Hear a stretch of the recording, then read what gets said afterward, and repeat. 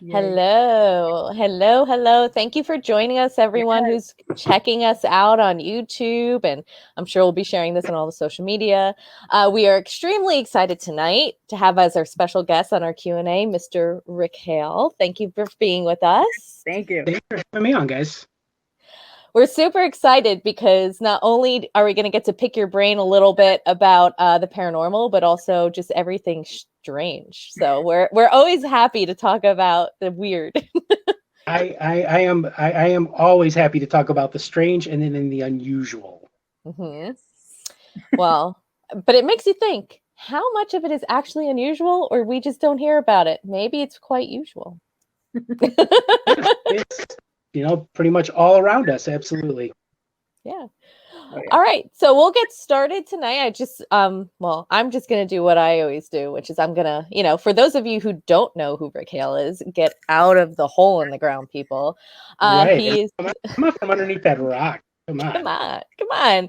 He is an author for, if you've ever checked out paranormalstudy.com, he's written books, The Geek's Guide to the Strange and Unusual, Poltergeist, Ghosts, and Demons, and also Behold, Shocking True Tales of Terror and some other spooky stuff. On top of the fact that he has a show with Stephen Lancaster and appears on TV shows such as Ghost Tapes, the series, Ghost Tapes 2, and like I just said, The Shadow Initiative with Stephen Lancaster. Hold on a second. I need to get something straight with the Shadow Initiative. Yes. Stephen Lancaster is on the show with Rick Hale.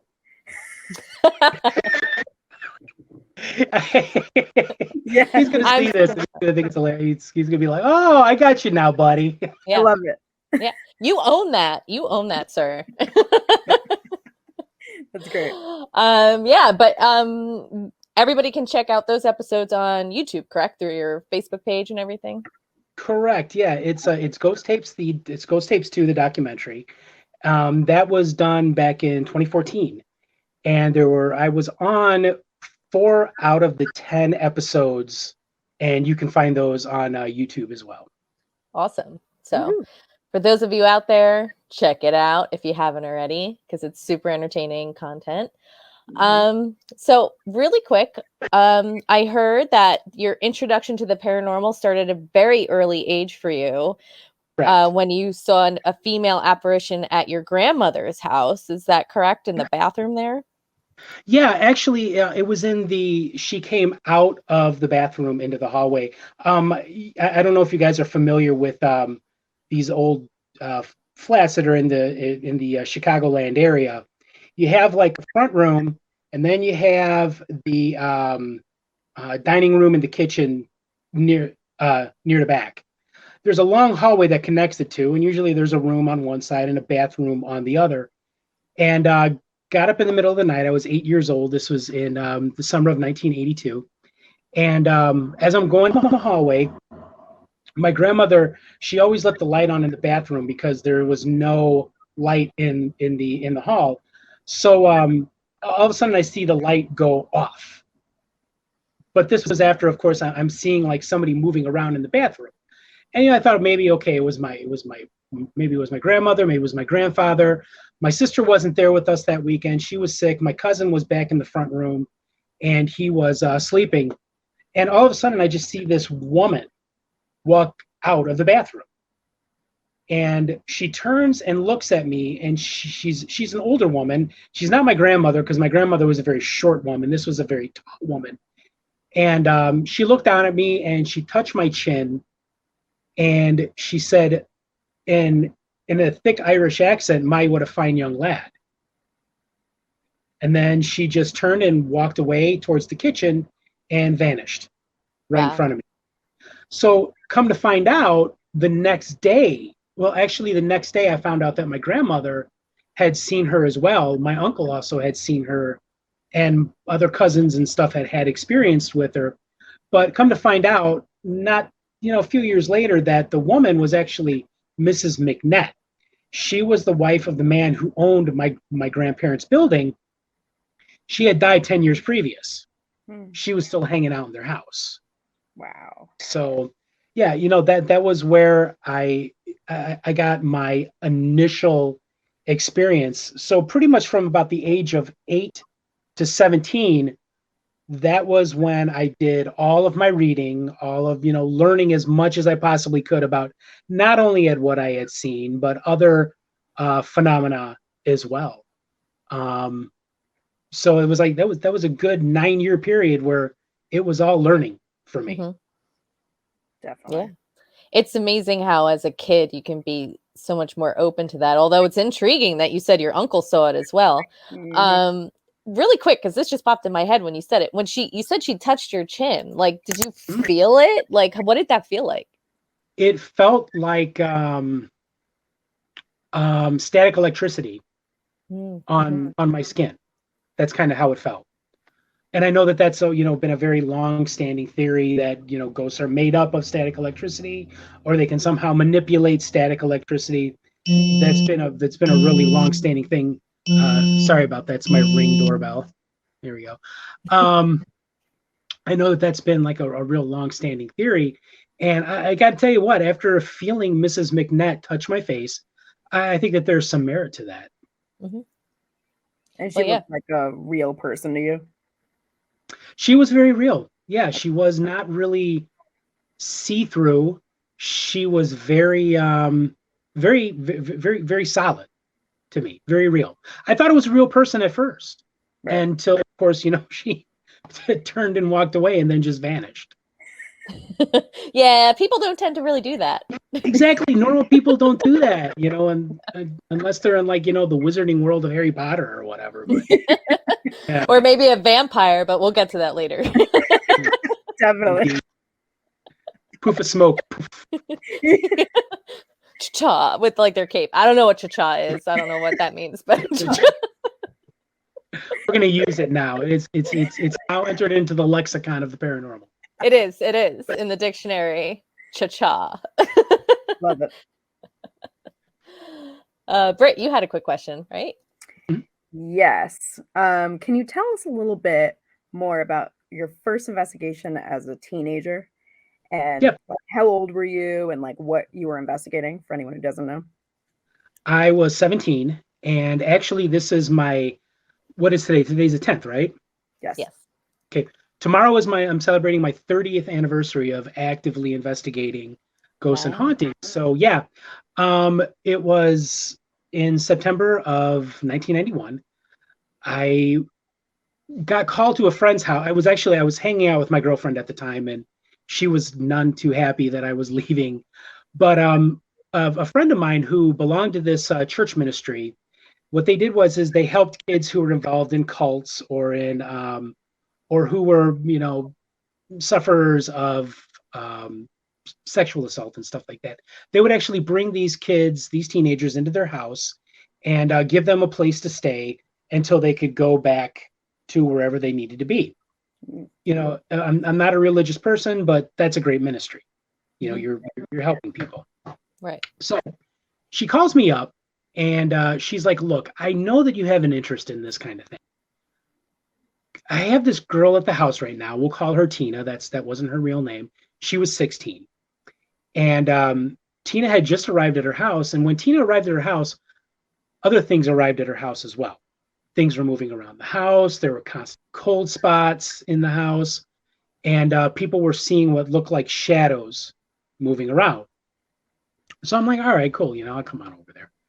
And so I get over there and I get a chance to speak with Tina.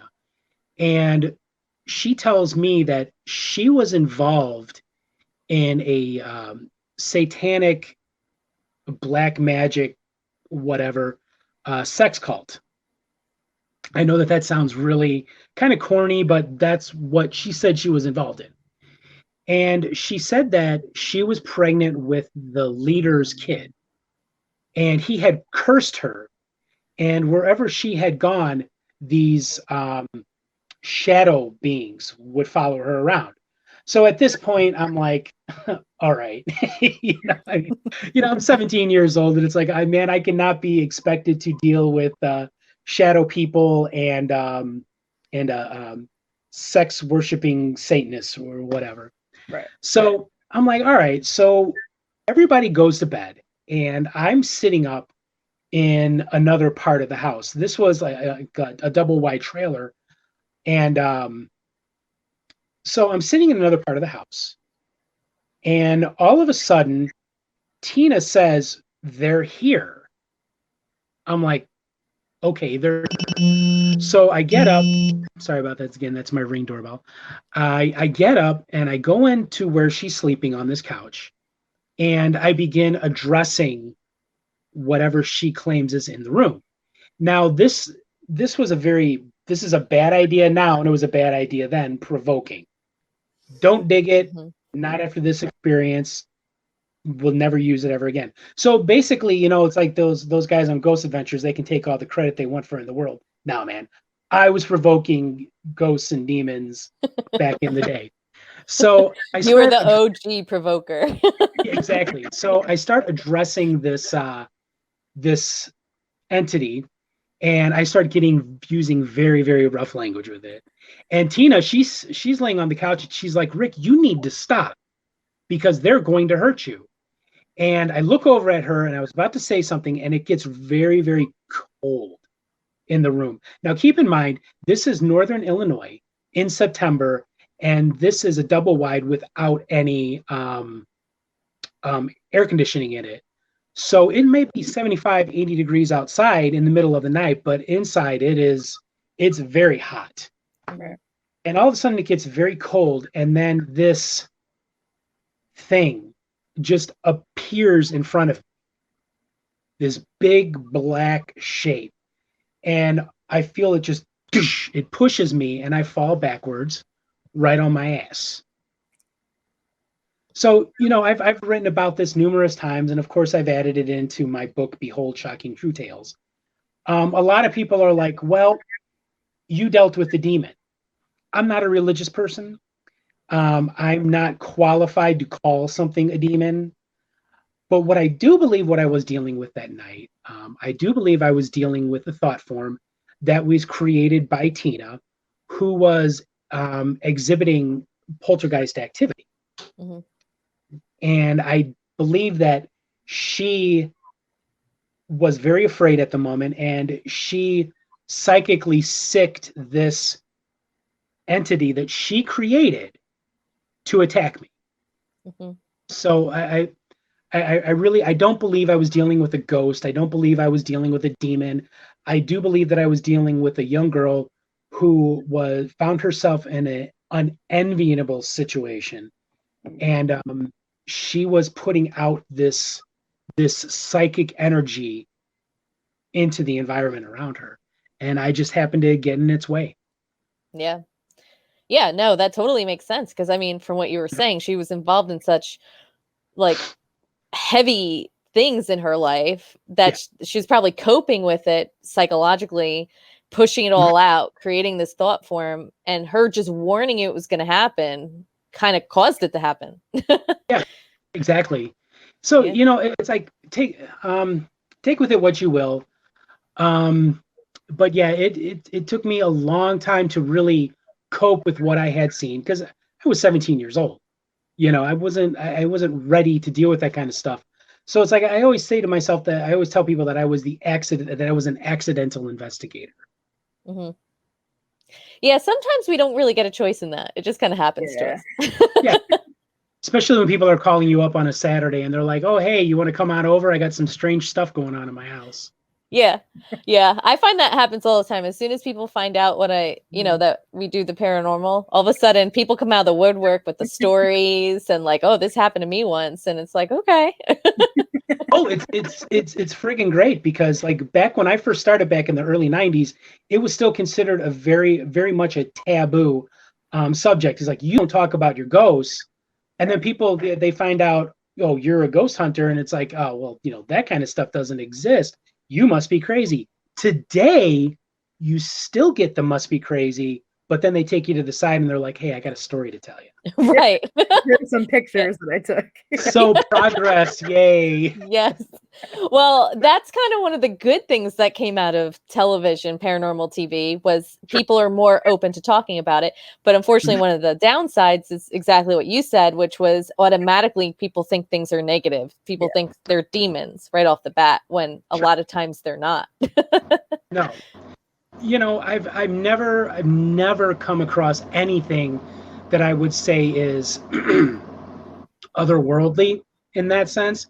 I mean, there have been a couple times where it's like, this is kind of weird. Maybe this is something other than a human spirit. But at the end of the day, it turns out to just be, an angry entity, angry human entity, or a ghost just trying to say hello.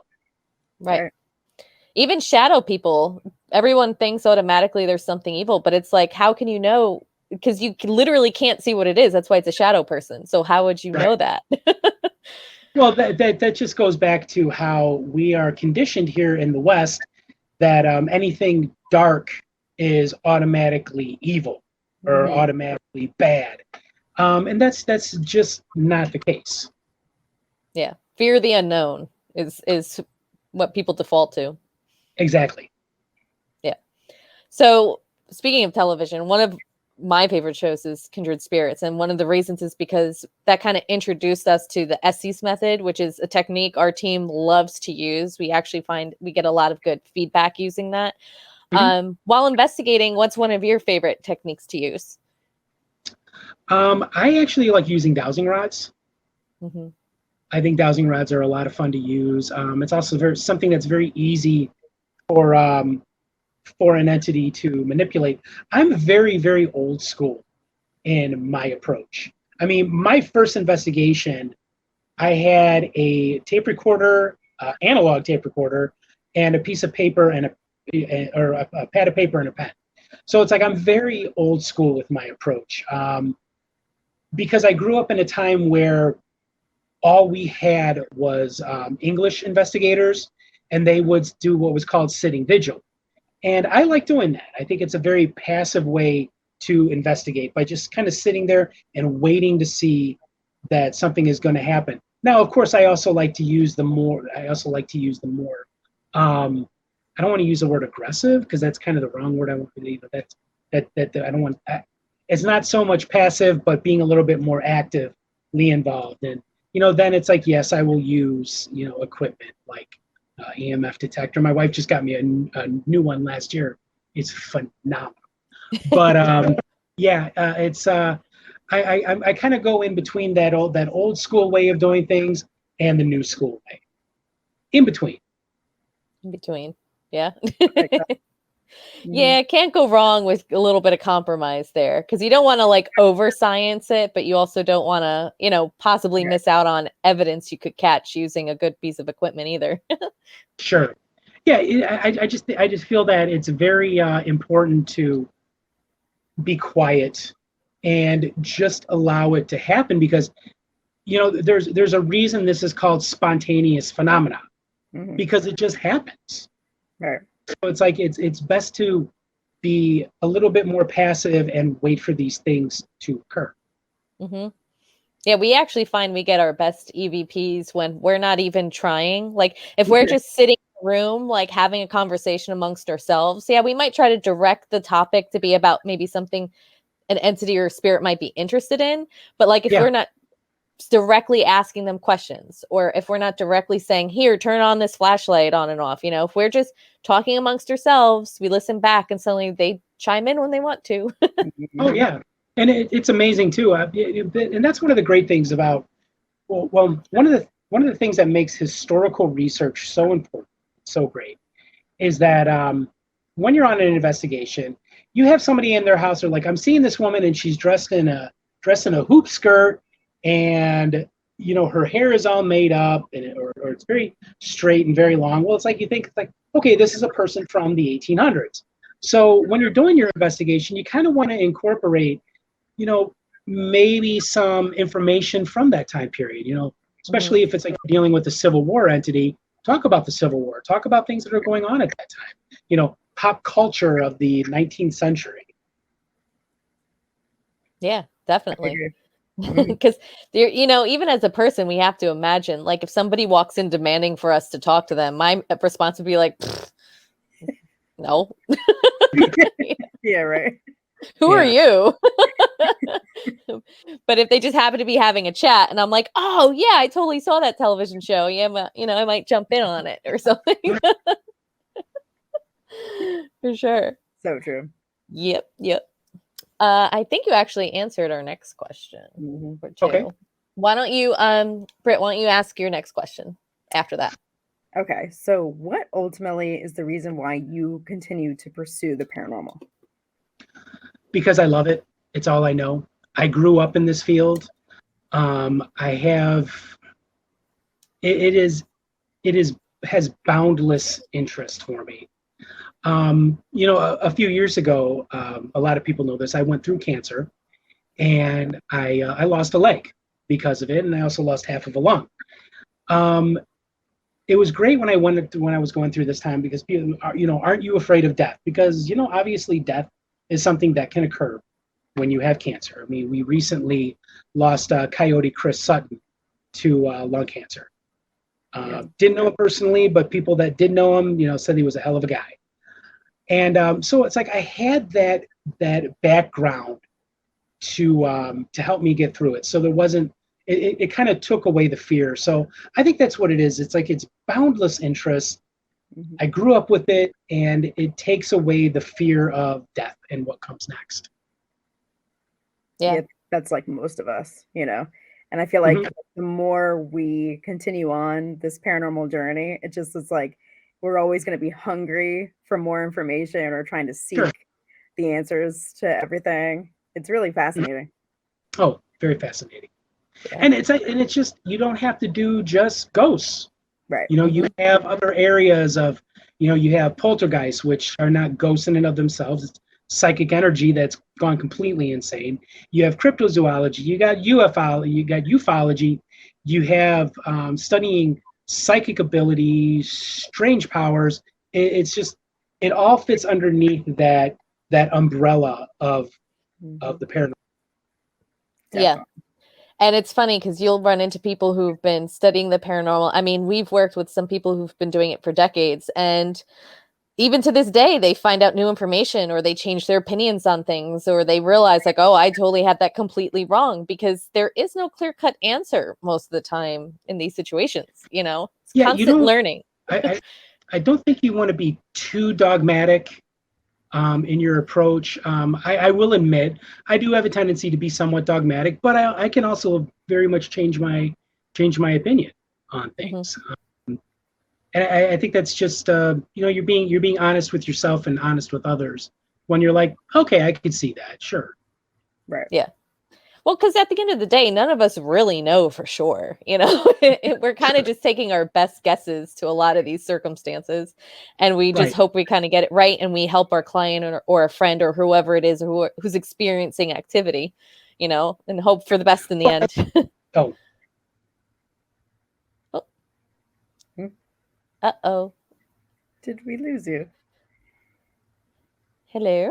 Hold on, guys. Oh, no worries. There we go. Woohoo! It's kind of a glitch. Oh, weird. You're all pixelated. We'll give it a second. This is what editing is for. Now that we don't do these things live, we just cut this stuff out.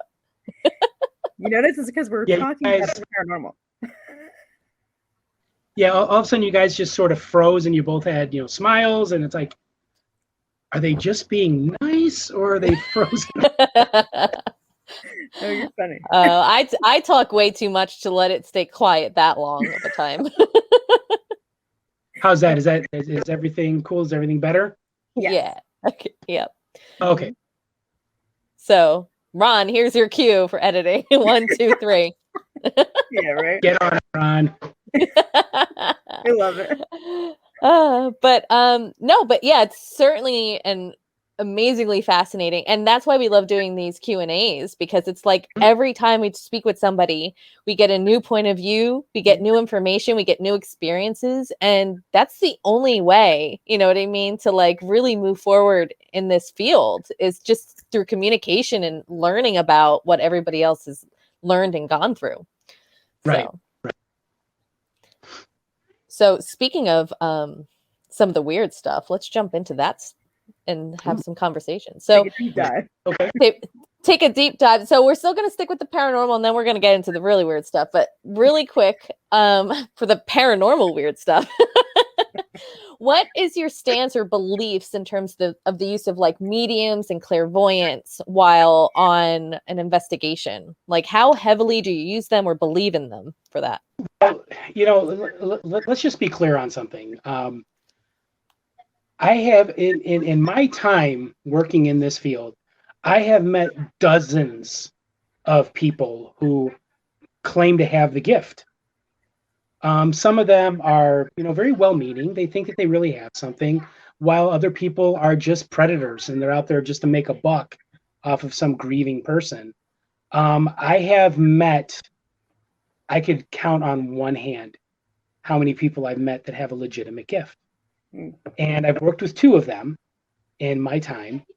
I do believe in working with mediums. I do believe in working with psychics. I do believe that they give you a better perspective, because I am by no means psychic or anything of that nature. So I do rely upon that if I can find one that I really do believe has a legitimate gift. But that's the problem, is finding somebody that has a legitimate gift. Right. So I think that's kind of, if you work with psychics and mediums, that's always the problem that you run into. Mm-hmm. Well, it's not even just them having the gift, it's also them understanding it and maybe recognizing it correctly. Like, I don't want to say that if they walk into a room and they see something, they don't really see it, but it's all about the interpretation, of what they're picking up on. And so if you don't know somebody, or if you don't have somebody who is that well versed in being able to recognize and decipher what's going on, you could be totally misled if whatever's there is smart enough to trick them. You know what I mean?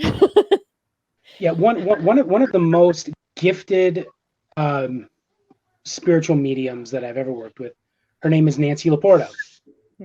And she was extraordinary. She exceeded all my expectations. I used straight up deception to try to prove her wrong, and she nailed me every single time. So that's, I can never say enough good things about her. Very legit, and I was very fortunate to be able to work with her for those 4 or 5 years before she moved away. Wow. Yeah, I mean, you do get those few who it's just unquestionable. You're like, all right, we get it. Whatever you say. And like you said, not only was she able to speak, but she was also able to interpret. And I consider it one of my greatest privileges, having worked with her. That's definitely cool. It is cool. Well, we all have, I think, a little bit of our own abilities in a way, if we just learn to hone in on it and trust it. Like, I'm not saying I'm psychic at all, but I'm just saying, you get like maybe the intuition and the gut feelings and the goosies. Well, I think that anybody gets that, or anybody can have that. It kind of goes back to the time when we were hunter-gatherers, during that time of human evolution, and we were hunter-gatherers for a lot longer than where we are at today. And so they had to be very aware, situational awareness, they call it. We had to be very aware of what was going on around us out in the field while our ancient ancestors are hunting, because while they're hunting those giant boars and those mammoths, off in the background are saber-toothed cats. And not only do they want to make that mammoth or that boar their dinner, they want to make you as a hunter-gatherer dinner as well. So you had to be very aware of everything that was going on around you. And I think that this situational awareness that we all have, where we walk into a bar or a club and we're like, I don't really like the feel of this, or, you're walking home late at night and it's like, you feel like, I think there's somebody following me. I'm going to hail a cab or something like that. That's a situational awareness. We all have it. It's all a throwback to a time when mankind was, more ancient and smarter in many ways. Well, for sure. And it makes me think, and I'm sorry, sometimes Britt knows this. I jump ship sometimes on our outline and I just kind of go off tangents. And I always feel bad because I throw them off when, like when they're like, oh, but sorry. Anyway, jump ship a little bit. That makes me think of like all of the Native American activity that we have in the United States, like all over the place. Because if you think about it, when we immigrated here, or should I say took over in all reality, they were still kind of at that stage where they were still very living a life that was dependent on the land and their instincts and spirituality. And I feel like because of it, we do have this kind of residual activity or maybe just energy left behind from that lifestyle that I know a lot of people, you see it on TV all the time where they're like, oh, a Native American curse on land. So you know what? If that's the case, then this entire country must be haunted because this entire thing is a Native American burial ground. I'm not really one that subscribes to that way of thinking, but or that something's built on a Native American burial ground, which is extraordinarily offensive in every single way. It should not have happened. But if that's the case, then this entire country is haunted because of that. Maybe it is. I mean, we happen to live in an area that's very heavily Native American, like even the towns are named after Native American tribes. And you could definitely feel the historical significance of that when, you're going into certain areas, not all of them, but certain areas, it's not like I'm walking through the mall and I'm like, oh, I feel, but, we do have, certain locations around here that are not untouched, but, definitely have a historical significance to it that you can kind of feel the energy about it. Sure. Just recently, back in July, my family and we took a trip out east, saw my aunt in Virginia, and then we went to DC for a couple of days, and then we went to Gettysburg. Now, Gettysburg has been on my to-do list, my bucket list ever since I was a kid, and not because of the ghost thing, but I love learning about the Civil War. And when you're driving through the battlefield or when you're walking through the town, you really do get that. You get that sense, that feeling of energy that it's like, man, for 3 days, you had, the North and South going the El Ducarino at each other, and thousands of people died here, and their spirits are still here. So yeah, you definitely, especially in a place like that, it leaves that energy there. I didn't see any ghosts when I was in Gettysburg, but you can definitely feel their presence on the battlefield. I agree with that for sure. I was lucky enough, I was lucky enough to go 4th of July weekend when they were doing the reenactments. Like literally they had people dressed up like they were going to battle. They were shooting off cannons. They had horses, the whole little village set up. And it really did send shivers up your spine because you felt like you were there watching it all go down, and you can kind of feel the heaviness. And I can't imagine that any entities that were there weren't like almost not being triggered, but definitely awakened, because it's like, whoa, it's happening again, and that's the thing about places like Gettysburg. I think at Gettysburg you have that mix of intelligent entities as well as the mix of the stone tape theory, or what TV popularized the term residual haunting. You definitely have a real good mix of that.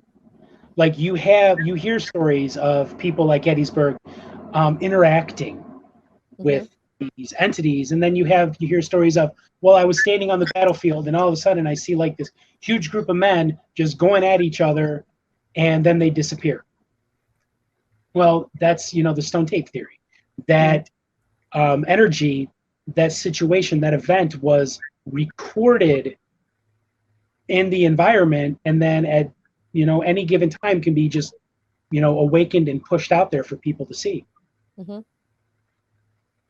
Yeah, it's fascinating. I love history. Yeah, I loved Gettysburg. It exceeded every single expectation that I had, and I would love to go back again. I was surprised when my wife, who has no interest in this stuff whatsoever, was like, yeah, I could go back again. Let's go. Oh yeah. That's great. We're supposed to go back next month. Hopefully things are, not closed down or anything by then, but we're supposed to go there next month and we're like, ooh. We're supposed to actually do the investigate the Jenny Wade house while we're there. So I tried to get the lady to let me in. She was like, "No, we can't let you. Just can't let you walk through." And then I wanted to go have a tour of the haunted orphanage, and I did not get there in time. She said, like the woman at the Jenny Wade house was like, "These things fill up right away. Like there is no room whatsoever," which is fine because it's like if I'm going to go and explore an allegedly haunted place, I don't want to be there with 30 or 40 other people. Right. I mean, 5 people, 10 people max, but not with a bunch of other people. Yeah. And in a place like that with such heavy energy, you want to know and trust the people that you're with too. Exactly. Yeah, I'm very, very picky with whom I work with.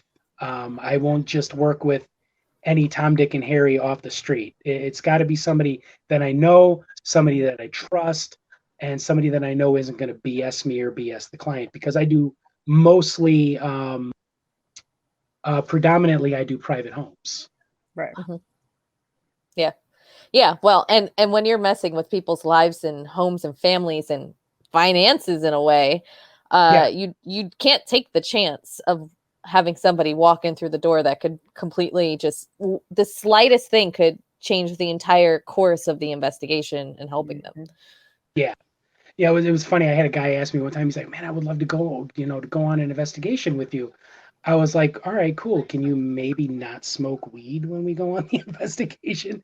Because it's like he had a little bit of a drug problem, and it's like, you're a friend. I dig you, man, and I'm cool with what you do, but not when we're out in people's homes. Right. Yeah. For sure. Yeah. Not even just because of how it would affect the way he acted, but the smell of it could throw you off too. Like the slightest thing, the same reason why you can't wear perfume or a strong soap or anything like that. Yeah. So that's true. You don't want to wear anything that's going to give you a false positive. One of the most common forms of paranormal activity, believe it or not, are phantom smells. Mm-hmm. And like in my house, for example, I live in a 100-year-old farm. We live in a 100-year-old farmhouse. Every now and then we smell cigarette smoke. Mm-hmm. And it's during the summer, and it's when it's really warm and humid outside. So how is that being caused? Right. Because people who lived here before us for decades smoked. That scent gets trapped in the environment, and when it gets a certain kind of weather, it releases that smell. So it's like you do have like real legit phantom smells, and then you have smells like that, but you also don't want to wear strong perfumes or stuff that's going to mask your body odor. Just keep it real, keep it legit. That way you don't get any false positives. Yeah. And they say your sense of smell is the first thing you get when you're born and the last sense you lose when you're passing away. And so that tends to create the biggest impact on a person's memory, because I know, like, my mom, every now and again, she'll be in the most random place and she'll get this huge smell of pipe tobacco. And that always makes her think her dad's there because he used to smoke a pipe.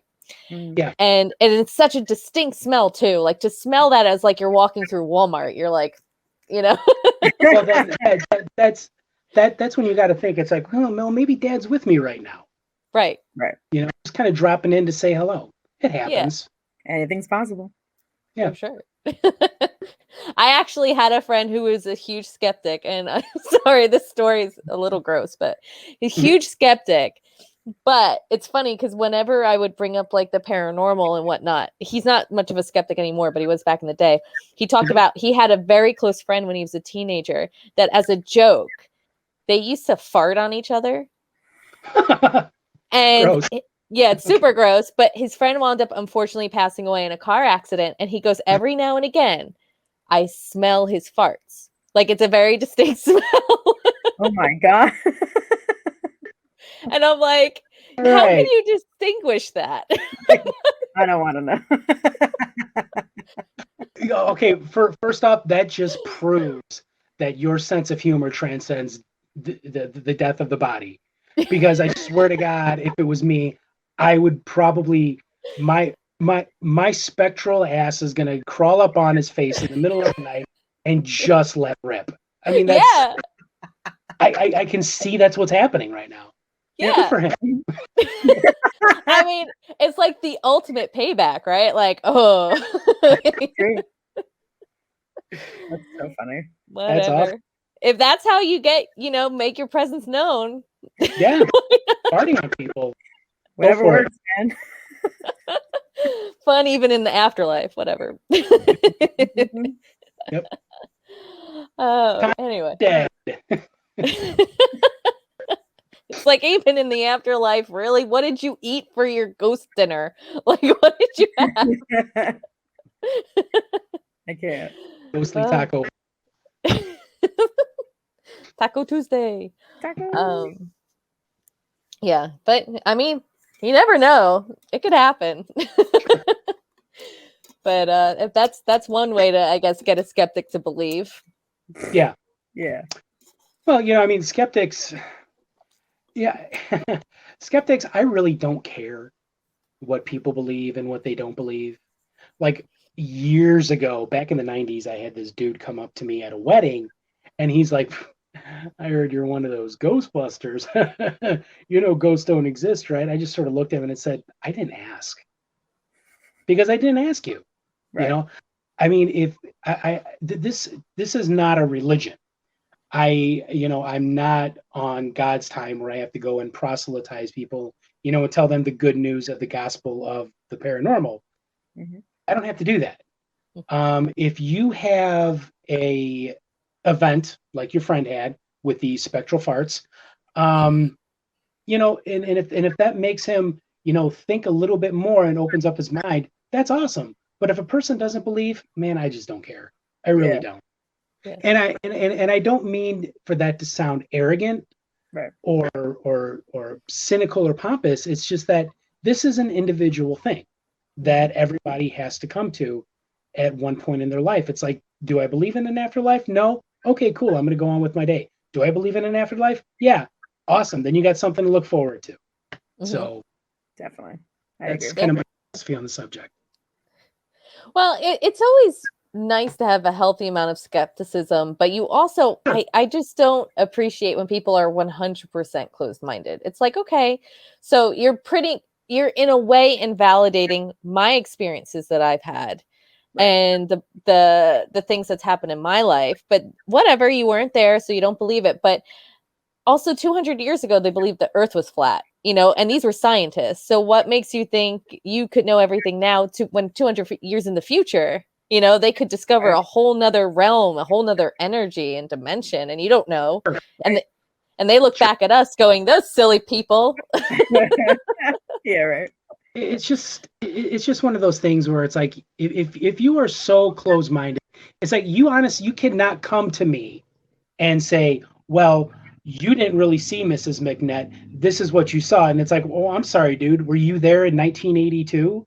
No, you don't know what I saw. Right. You don't know what I experienced. All you have to go on is what I'm telling you. So you can believe I'm one of three things. You can believe I'm a liar, a crazy person, or maybe I was, smoking a doob at 8 years old, or whatever. So it's like, you have those three things to go with. Or number 4, I'm telling you the truth.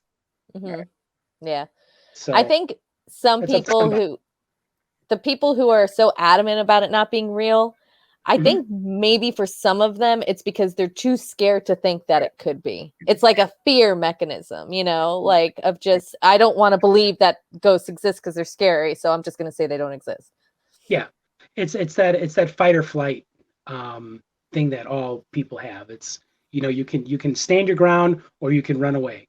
And I think that people who are really super skeptical and really close-minded are the people that are like, I'm just going to run away and not even consider these kind of things could, possibly exist.